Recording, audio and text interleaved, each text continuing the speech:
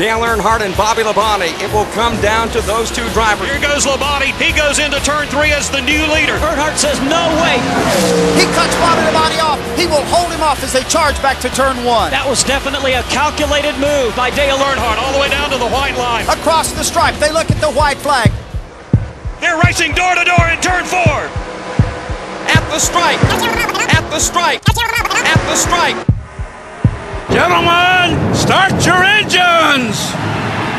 Hi everybody, I'm Mark Garrow. During the legendary career of Dale Earnhardt, there were so many highlights, so many great races with so many exciting finishes.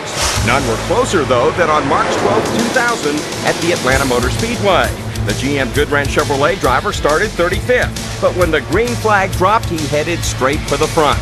A third of the way through the Cracker Barrel 500, Earnhardt would lock horns with a man who would prove to be his nemesis throughout the rest of the day, and gave us a preview of the closing lap. Dale Earnhardt, side by side, they swing to the lap, inside the lap car of Jeff Fuller. And it was 3 wide momentarily, but somehow Earnhardt manages to escape, still holding on to the 3rd spot. Labonte appeared to have the advantage, but he had to get out of the throttle. He couldn't make it stick on the bottom. It is still Earnhardt 2nd, Labonte 3rd. Last time in turn number 3, Jeff Fuller's car was just ahead of Earnhardt and Labonte. As they went into the corner, Earnhardt had to back out of the throttle. That's how Labonte closed in on him. Now Earnhardt is able to pull away by 2 car lengths over Labonte out of turn 4. That little battle right there cost them a half a second. Now 2.8 up to leader Mike Skinner. He's completed lap 124 as Earnhardt and Labonte return to 1. They work turn number 1 as Mike Skinner works lap traffic. He's gotten around Derek Cope. Now he begins to close on Robert Presley. Again, Bobby Labonte wants the 2nd spot, takes a peek to the inside of Earnhardt. Bobby Labonte tries to stick the nose down low. He can't do it at the midpoint of the back straightaway, but as he goes into turn 3,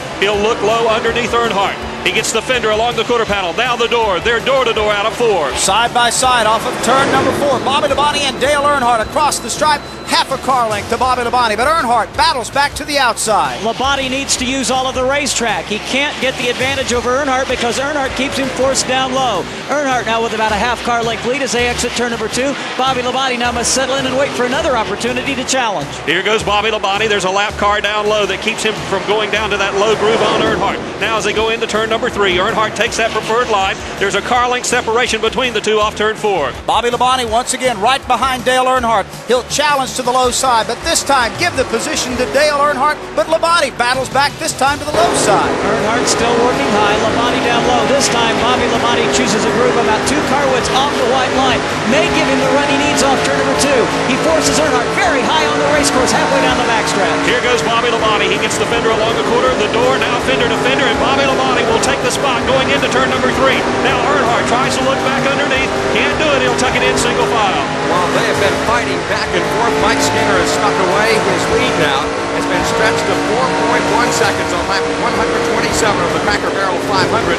Now again, Bobby Labonte is 2nd, Dale Earnhardt 3rd, Jeff Gordon and his teammate Jerry Nadeau currently rounding out the top 5. With the field making green flag pit stops, Earnhardt took the lead for the first time on the 135th of 325 laps. 1 circuit later, however, he would relinquish the top spot and head for pit road. Let's go to Steve Richards. Well, Dale Earnhardt has brought the Goodwrench Chevrolet into his pit. Right side tires going on. The Flying Aces putting left side rubber on Earnhardt's car. Chocolate Myers with the gas can. They've got the 2nd can in right now. They go to the left side, as I mentioned, almost done. Earnhardt's down and away. Good pit stop for the Earnhardt team. The famed black number 3 Monte Carlo would hang near the front the rest of the way, as leader and teammate Mike Skinner tried to keep him at bay. Bobby Labonte trying to track down Mike Skinner. Now here comes Earnhardt. He's going to challenge Labonte for 2nd. Out of turn number 4, Earnhardt gets a good run at the bottom of the racetrack. He pulls up inside Bobby Labonte, has a half a car length advantage on the inside as they work to 1. All day long, the Chevrolets of Skinner and Earnhardt have gotten great restarts, and now this time Earnhardt drifts high. Labonte tries to recapture 2nd on the bottom, and Mike Skinner drops off the pace. He is below the white line, and we've got a car spinning. That's the machine of Kenny Irwin. I would guess probably in some fluid that may have been dropped by Mike Skinner's machine. Caution flag number 10 on the day as they race back to the stripe. Looks like Mike Skinner's day is done. Dale Earnhardt, though, will be on the point when they come back to the yellow. Then it's Bobby Labonte. None of the other cars get their laps back, so the field basically holds position. Tragedy for Mike Skinner and Larry McReynolds looking at their first victory, and they come up 19 laps short. Earnhardt and Labonte have been taking off the gloves and going after each other here in the closing stages. And I'll tell you what, Dale Earnhardt, you give him the lead in the late going, you might as well take a bone away from a junkyard dog. This is going to get interesting. And it did. After Skinner's misfortune, Earnhardt again went to war with Labonte, this time with the checkered flag hanging in the balance. Neither gave an inch, and it turned into a fierce fight to the finish. Bobby Labonte has 4 wins at Atlanta Motor Speedway. He is desperately trying to get 5, but no matter what line he takes, he can't seem to gain any ground on Dale Earnhardt as they dive into turn 1. We had to believe that if Labonte could stay with him on the restart, the race was his. That hasn't been the case. Earnhardt, after facing a fierce challenge now, continues to maintain about a 5-car length advantage over Bobby as they head to 3. Earnhardt makes his way back into turn number 3. Let's see which line he uses this time. He's in the middle of the speedway. Labonte is drifting up even higher, so there's 4 car lengths of separation off turn 4. Earnhardt gained just a tick more ground at the exit of turn number 4. They flash across the stripe. 2 laps to go in the Cracker Barrel 500. Dale Earnhardt still on the point. And this time into turn number 1, it appears that Bobby Labonte has closed a little bit of ground. Now it's just a couple of car lengths. Earnhardt wiggled just a little bit halfway through 1 and 2. Labonte trying to capitalize. They work to 3. 3 car lengths of separation at the midpoint of the back straightaway. Now here comes Labonte. He's close to within 2 car lengths. They get 1 car length. He'll look to the higher line of Earnhardt coming into turn 4. Bobby Labonte works to the high side of the speedway, now dives down to the low side. He is a single car length behind Dale Earnhardt. Across the stripe, they look at the white flag. Bobby Labonte 2 feet off of Dale Earnhardt. The closest they've been since the restart. Labonte tries to go high. Earnhardt says no way. Drifts up even higher. Off at turn number 2. Earnhardt way up high. Labonte tucks right in behind him. Halfway down the backstretch for the final time. Here comes Earnhardt right on the rear bumper. Here goes Labonte. He'll pull right up on Earnhardt. Labonte down low. Earnhardt is up high. They're racing door to door in turn 4. Bobby Labonte has a slight advantage to the inside. Here's Earnhardt battling back to the outside. At the stripe, it is going to be Dale Earnhardt by maybe 1 foot as he wins the Cracker Barrel 500 in a photo finish with Bobby Labonte.